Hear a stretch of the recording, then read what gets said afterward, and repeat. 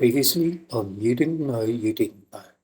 I think if production companies stop seeing women's ideas as risks to losing, millions of dollars, even though they are pretty, stacked there, we could start to be appreciated. I want to challenge that. Mm-hmm. Oh, call's about to end, actually, so... on two counts.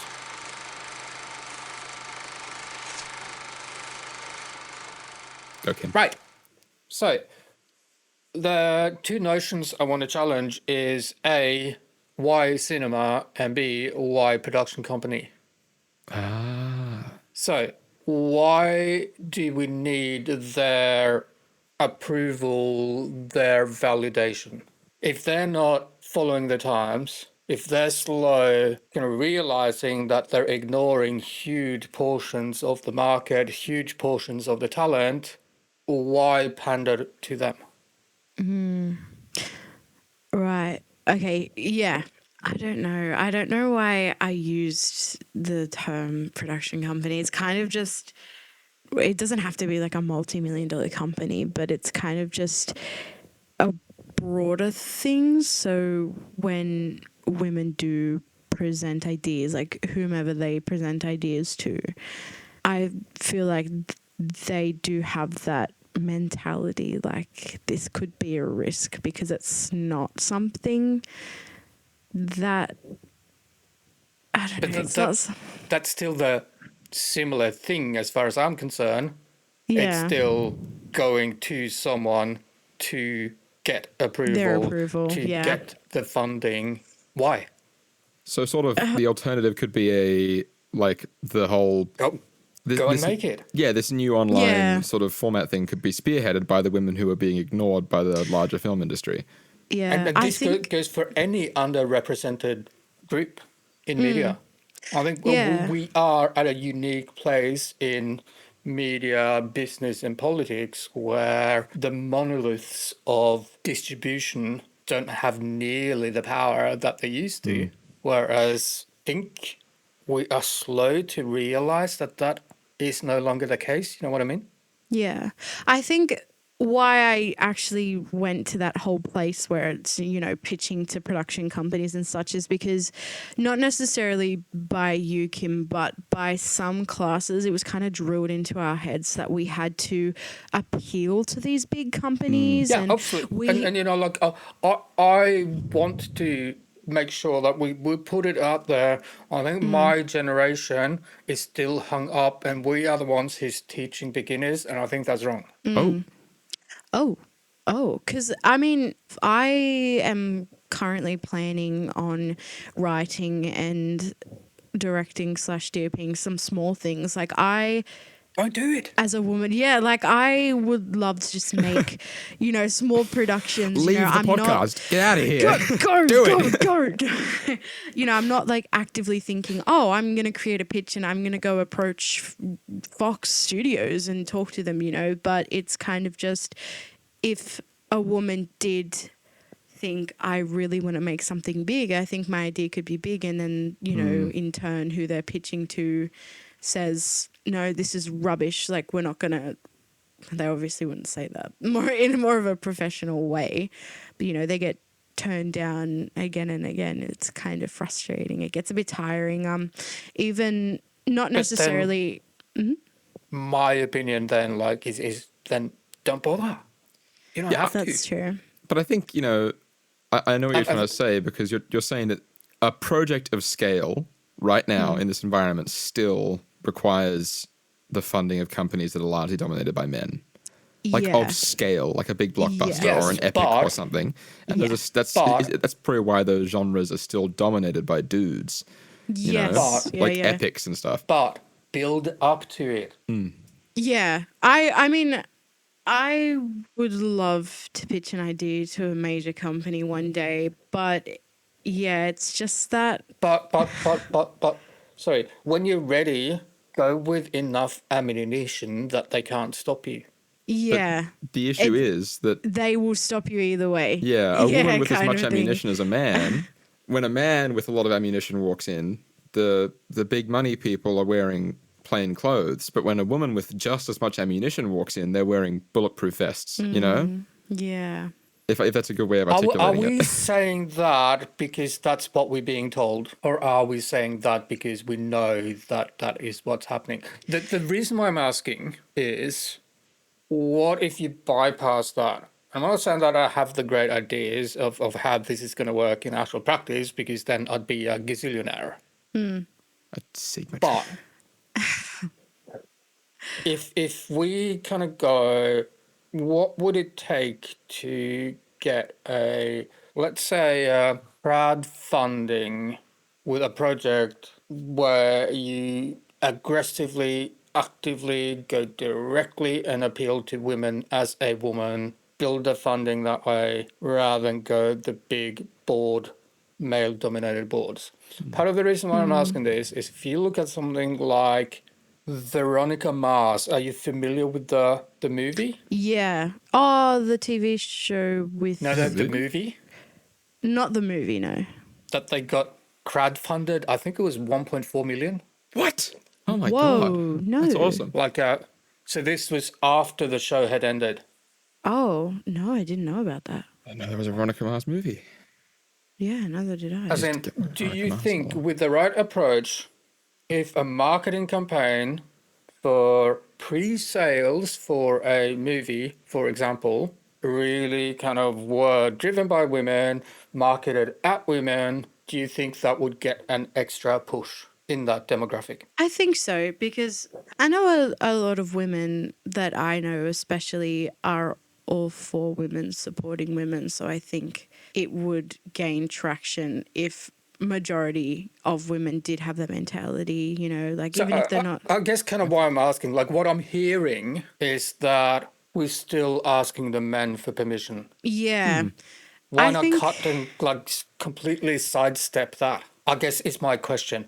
Again, Yeah. I don't know whether it's going to work. I don't know whether that's me being completely unrealistic. A little bit, but also not. I just say that we would need the approval of men out of reflex, just because, And that's you what know. that's what I'm asking. As Keep in, going, Maz. is this approval coming from that you actually need that approval, or is it just, or is there an element of conditioning to it? You know what I I mean? think, no, we don't need the approval of men. And when I come up with an idea, I don't seek the approval of men. And I don't think we should need to get the seal of approval from men to go forward with our ideas. It's kind of just, we've been conditioned And this pretty this for me much. is the same for any underrepresented group. Yeah, exactly. Like, it's not just women. It's pretty much like we've always we've always been taught that, and that we've needed to seek the approval of, you know, the big bad white man kind of thing.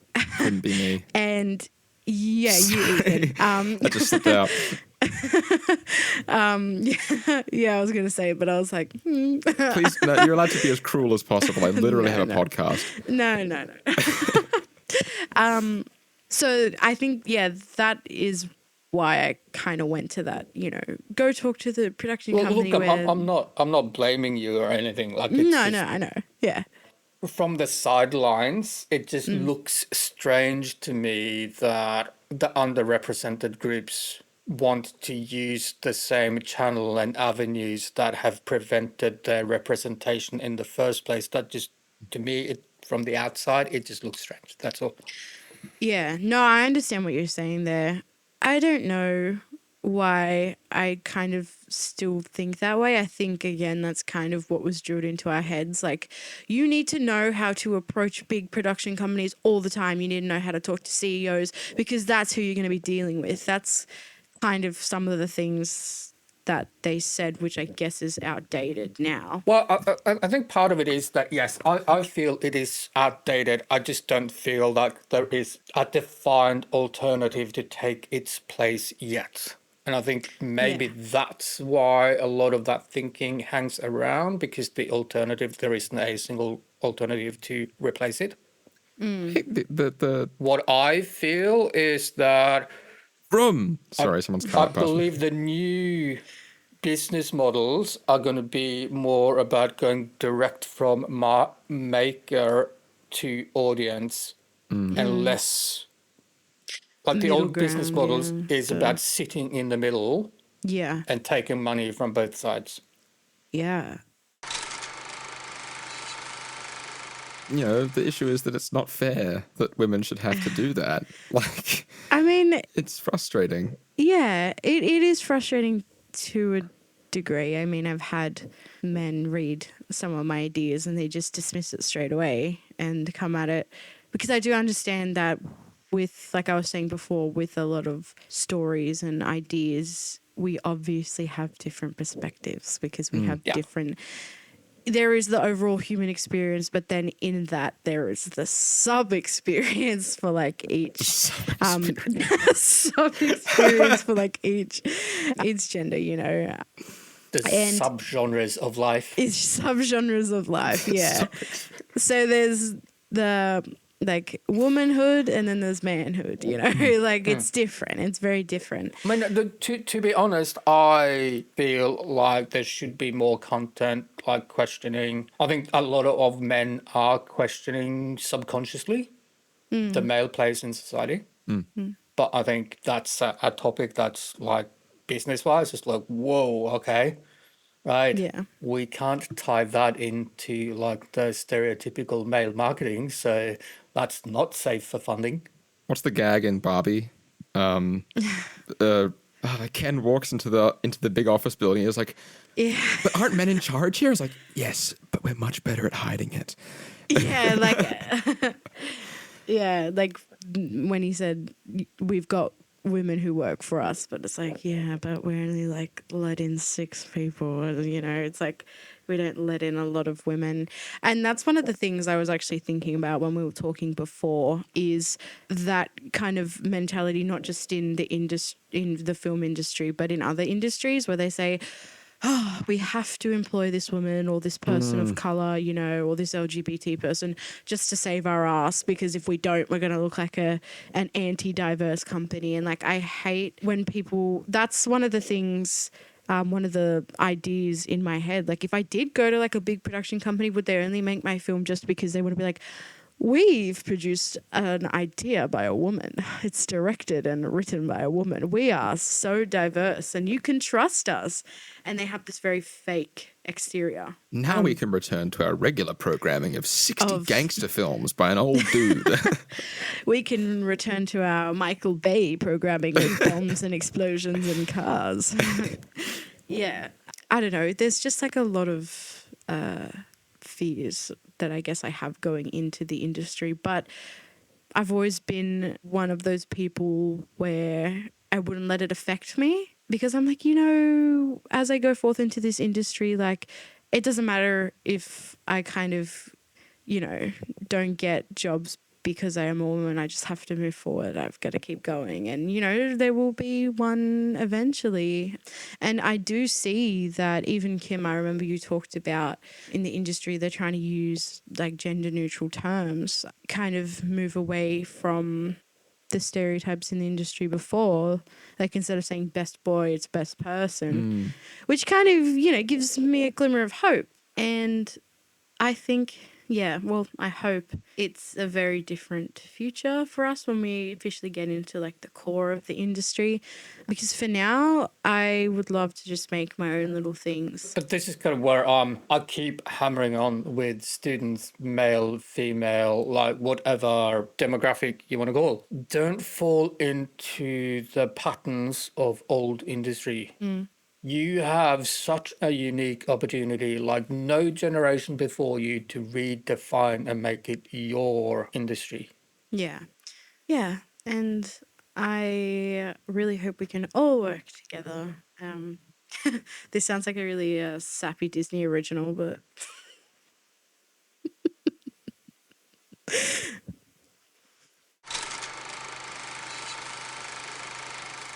In the current business market, the current media market is far more important than getting the entry-level job that was a requisite 30 years ago. Oh.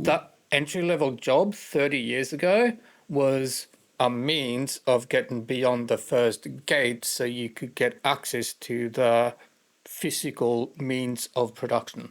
You don't need that. Yeah. Yeah, I kind of my dilemma with people saying entry level jobs is they'll say in the description, you know, you don't need to know how to do this or that. But you do. But then you get thrown into it and they're like, "Why don't you know how to do this?" Even though you know, they said we will teach you, you know, we'll help you to learn.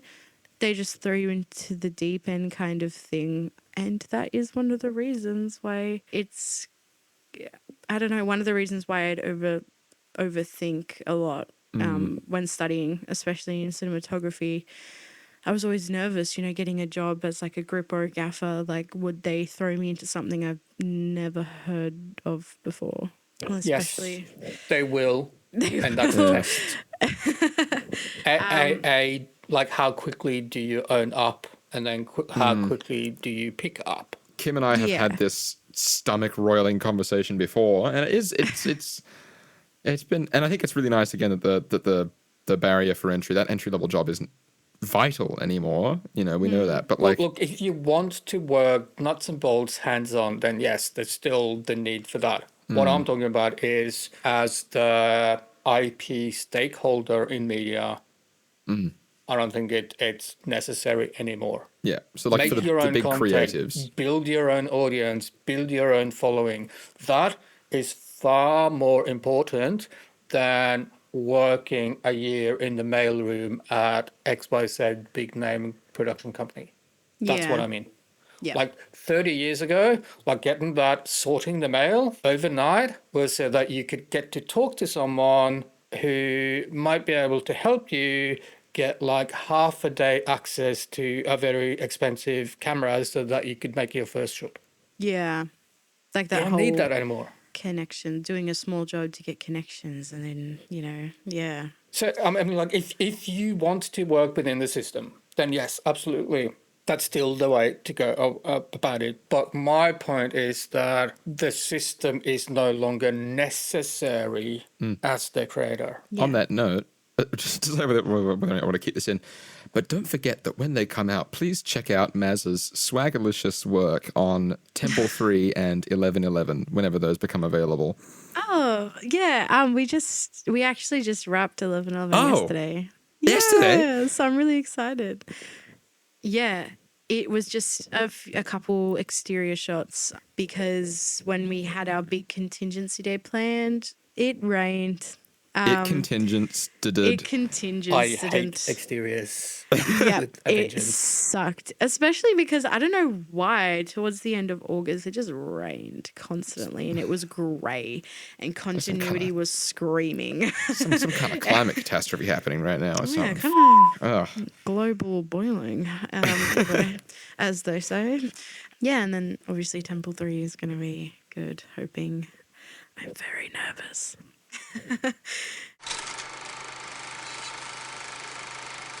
I saw more detailed and thorough planning than I've ever done for Temple 3 from you, like the day after we spoke about it. I'm sure Really? we'll be fine. Yes. Yeah, no, I've spoken to Kim about this. My planning for Temple 3 has been very slapdash relative to like the rest of what I've shot. So I was like, it was such a relief to like, you sent your notes and you had all these ideas and then like drawings and stuff, and just stuff that I wouldn't even lift a finger to do in any situation. I was very chuffed. I mean, I'm just trying to find my way of working in terms of paperwork and such and writing my ideas down and then, you know, helping them come into fruition. And I want to keep it consistent because I don't want to get, I guess, lazy or lose kind of that routine. And I don't know. I just want to keep that way of working constant. So even if it's the smallest project, I want to, you know, have that same method of working. So even for something as small as like plot announcement, which you should watch when it comes done. out at probably the end of this year or something. Temple 3. Temple 3. That's actually the first time we've mentioned the name of it on the actual pod, by the way. It kind of slipped out by accident. Oh, really? We've just been calling it The Sketches, and then we were both like, oh, Temple 3. Sorry. That's what it's called, Kim. Just so you know. It's called Temple 3. So, Marielle. Yes. How does filmmaking look now compared to when you first made the decision to apply for film school? Do you see it differently? Do you approach it differently? Do you think about it differently? Yes, definitely in terms of cinematography as well, because obviously I based my prior notions of filmmaking on basic photography and just like Hollywood and stuff like that, and I mean, as a kid, I used to watch behind the scenes a lot of the time, but that still did not help, obviously, going into studying it. At first, I was really nervous because even though it was like try one, I was thinking, how am I going to keep all these processes in my noggin, because there was a lot going on and at times it was kind of overstimulating, but I got there. Kim's discovered through me that they do not stay in the noggin for very long. No, they don't. No, not unless they are constantly being used. One thing I did find good though from studying and like where we studied was that everyone was very helpful in sharing notes and knowledge, I guess. Especially peer-to-peer, the students. Yeah. There's I remember in high school it was very much like, I didn't really understand this question. Do you have any notes? And they'd be like, they'd sabotage you and give you the wrong information because they were like, I want to get a 99 ADA. You have to be stupid kind of thing. I don't know. I think that was just my school. But you when I came in the Battle Royale world. Yeah. No, because I did like, especially like advanced English. Everyone's like, I want to be number 1. And I was like, you have nothing to worry about. I'm number 32. No. No. Cool. Sorry, my setup's falling apart. I almost knocked my water bottle over. That would have been like silence followed by... Disputed. It's not going to work.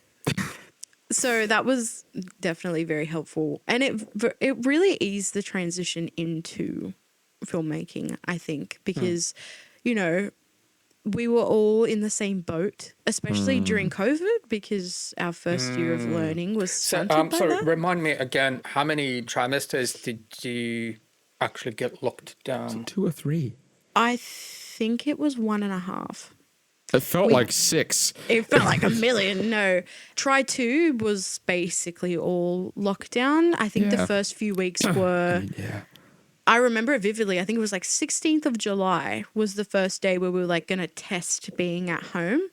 And then the government was like, no, you have to stay at home until October.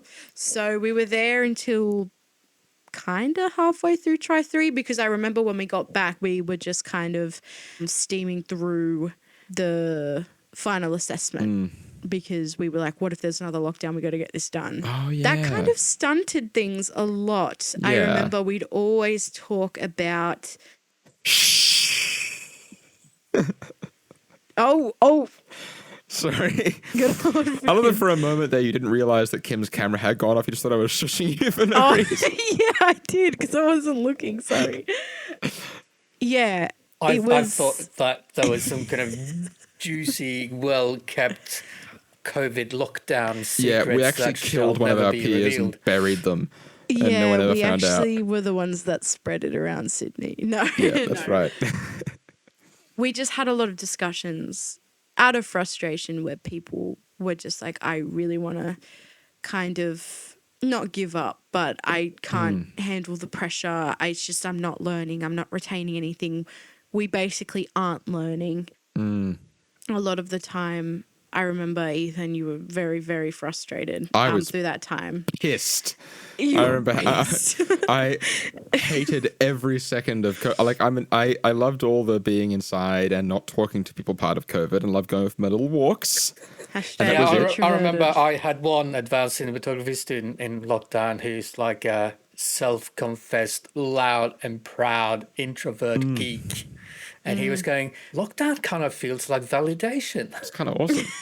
It was great. No, but like the best thing, it was like all the cool stuff was true. You got to play Minecraft with your friends because you had a lot of spare time for no reason. But being in film school during lockdown in a degree How where we had, crazy is this? It's been, what, 3 years and we're already talking lockdown nostalgia? Oh, it's yeah, like it's weird. It's really it's a strange sensation because at the time we were all thinking this is our life now. I'm gonna never go outside again, and I'm gonna be inside forever. And now we're like, COVID schmovid. COVID schmovid. I had COVID 2 weeks ago.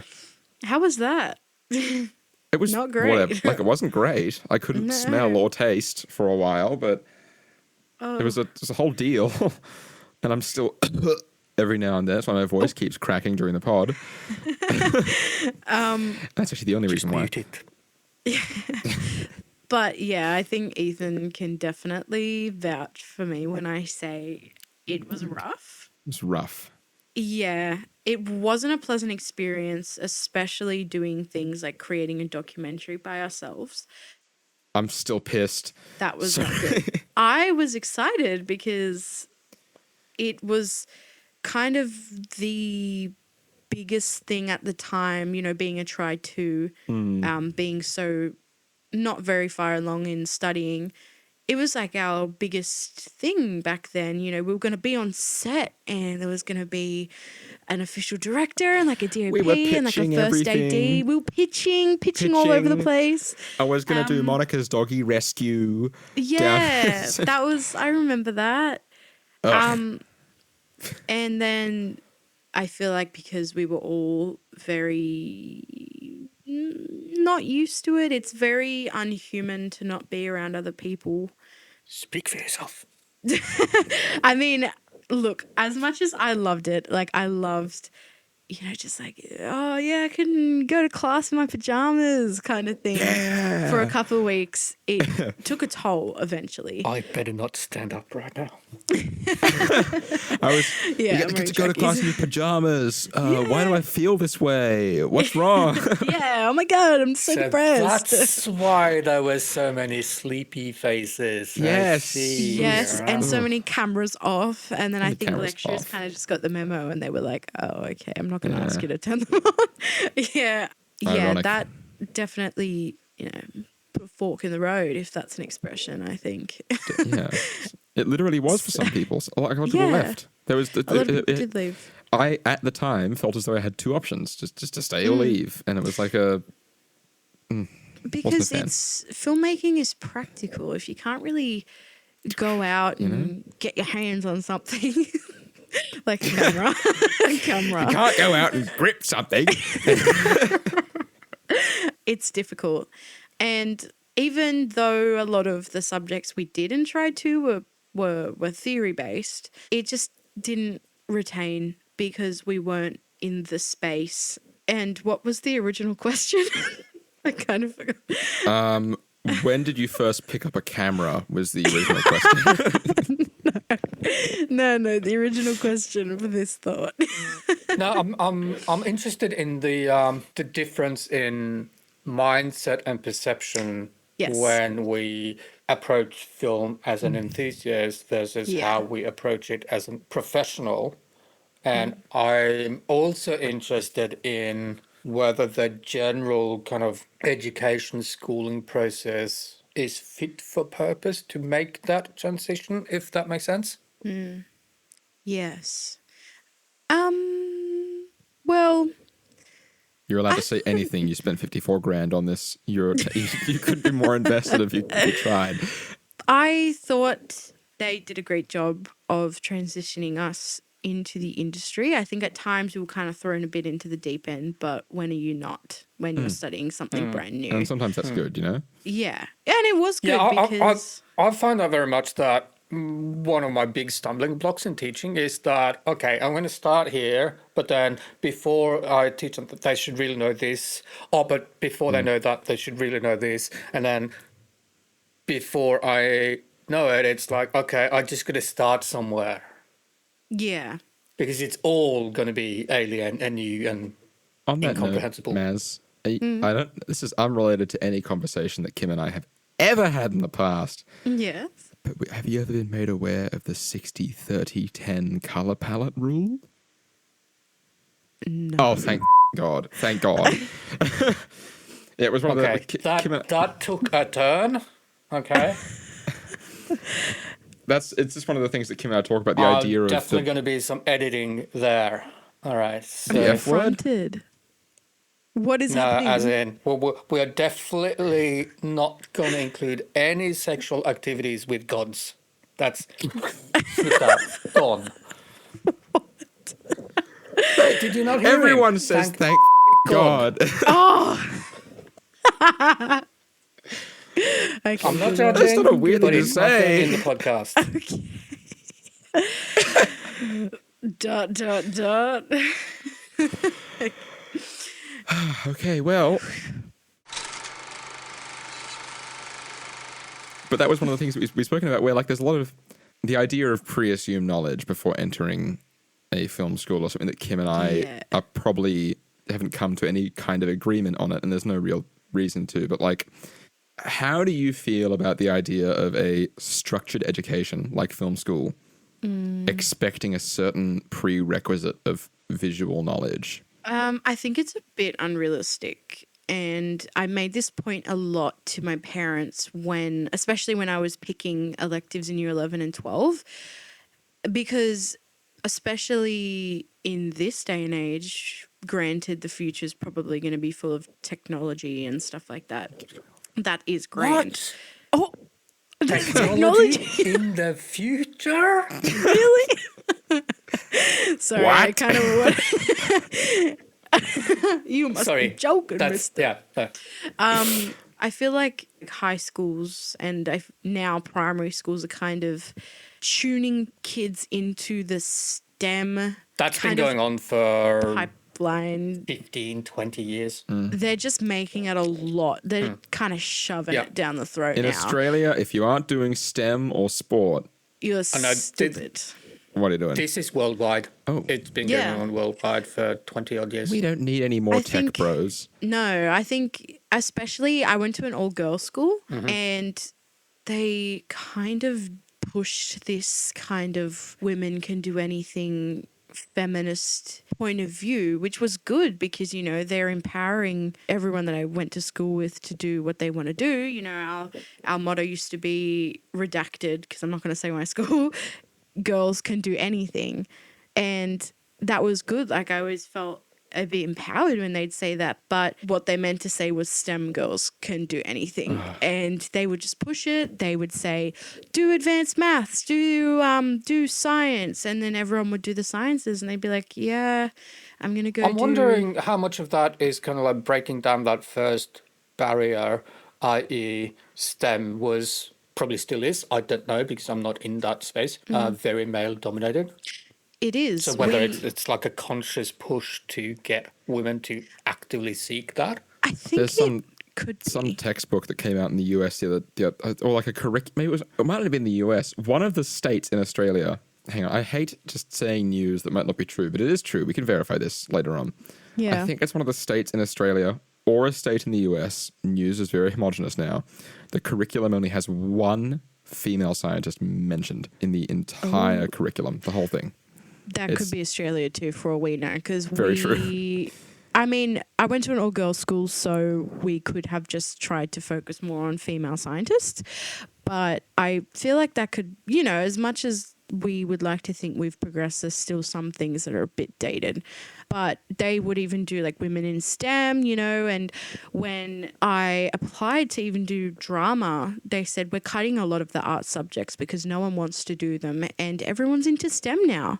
And I said, that's not really true, but go off. Is it a chicken and egg kind of situation? Is no one into STEM because it's not? No, sorry, is no one into drama or arts? Is that because they're not into it, or is it because it's not offered? You're not offering it. Yeah, exactly. Like, are you is no one doing art because you're shoving STEM down our throats, and you're like forcing everyone to do STEM subjects, or is it because no one's into art? Because I know plenty of people who would have liked to have done creative subjects. Yeah, it started in high school, as early as that point, I guess. Just the lack of arts, and it's really sad. They just hated the arts in high school. It's a challenge for me as an educator in this field because the curriculum isn't written in a way that allows to give students the basic introductions in visual arts. Yeah. But the assessments are written as if you come in already having that background, which Exactly. it's something that I've been talking to Ethan quite a bit about. Like, that was the assumption with my generation of film school students, was that getting into any kind of film course is a privilege, hence you're going to go and study up and do self-study beforehand. And I think subconsciously it just gets written. We teach the way we ourselves were taught. Yeah. I mean, yeah, so schools not catering to creative kids really stunted at least my transition into film. Just because there was a general lack of appreciation for the arts. And this is also something that I have observed quite a bit, is that for a while we tended to get a lot of students who were, I think, subconsciously coming to film school as a way of seeking validation for their own creativity, as in a means of finding a space that says, yes, you can be creative, you have good ideas. Yeah. Whereas I think what probably isn't marketed is that tertiary education creative arts course isn't about finding creativity, it's about equipping and tooling creativity for a professional workflow with a deadline and a deliverable in mind. And I think a lot of students I have observed, if they're not even confident that they have creativity in the first place, when you start putting the pressure of like deliverables, deadlines, process, progress reports, then it really quickly shatters any creative confidence they may have had in the first place. Yeah. No, You know, thank God as a society in Australia. 15 minutes to go. Thank God as a society in Australia, we've never had any struggles at all financially or politically with the arts and humanities not being supported since that point. Thank God it's only gotten better. Oh, I thought you were being sarcastic. I'm being so sarcastic right now. It has gotten worse. It has. Yeah, it's bad. Yeah, I think also just a lack of, not even schools, just society in general being uneducated with the basics of film. I think it's just really ignorant. I get a lot of ignorance like with friends and family. Like, this is no diss to them, but even just them saying, especially with modern morals and values now, like being surrounded by money, just because there is like a money crisis, I guess, going on, cost of living. You know, everyone would just say to me like, aren't you getting paid, this and that? And I'm like, yeah, but it's about the art. It's about the artistry of making a film. And one thing I did like about transitioning into film was lecturers, especially you, Kim, put a very heavy emphasis on making film and studying here for the art of it, not for what could come of making a film, which is moolah. So, yes, in some respects, it would have been good to have been offered studying film before, but the transition into studying it wasn't too bad. And I didn't really have that many prior notions of what film should be. So everything was kind of just a shock, I guess. But as I said, like at the very beginning, it wasn't unwanted stress. I kind of thrived off of it. So it wasn't too stressful, I guess. Or it wasn't too bad of a transition. And yeah, none of my prior notions really affected my studying, I guess. Do you guys want to, given that this call is wrapping up very, very soon, and that was actually a very nice cyclical return to the way that you started talking at the start of the episode, do you guys want to wrap up within 13 minutes / very, very soon? I want a muffin. I have to get a photo of a wrap first, so we can say that's a wrap, and I'll say, no, this is a wrap. Kim doesn't know. Kim, no. Whenever... He does. Of course he doesn't know. Who would tell him? Whenever we wrap on a film, it started with Griffin's one in Try 3. They'll, the director will say, like, that's a wrap, guys. And I go, that's not a wrap. This is a wrap. It's, like, you're going to have to show us better because it's too overexposed. Let me fix that. I'll say that. Oh, God. I'll say that's a wrap. And that's I'll show a wrap. Of a tortilla. It's stupid, I know. Okay, that's a good time to finish. Let's finish the episode there. Okay. Unless you guys have anything else to talk about, I don't want to. I feel very much all the words I could possibly say in my life have been said. Well, hopefully you have more, because we'll move on to the next one. No, that's my daily quota. I think, Kim, do you reckon we should cut that one at that's a wrap? No, this is a wrap? What do you think? Oh, do you have like a sign off? I could like, if you say it again, I could go like, that's not a wrap. This is a wrap. It's up to you. You're the guest. It's up to you guys. Do you have like a sign off? No. I think we can definitely tell that neither Ethan or I are really directors because we do not have it in us to actually say a hard cut. The amount of episodes that have ended with, yeah, so that's pretty much it, off. people. That's all for today. Yep. Okay, someone say, that's okay, I guess that's a wrap on Marielle, and then I'll say, that's not a wrap. Yeah, right. I get the idea. Okay. Anyway, Okay. This hasn't been staged or discussed about in the past at all, but I guess that's a wrap. No, I guess that's not a wrap. This is a wrap. Okay. All right. That's it for the episode. The mask is down.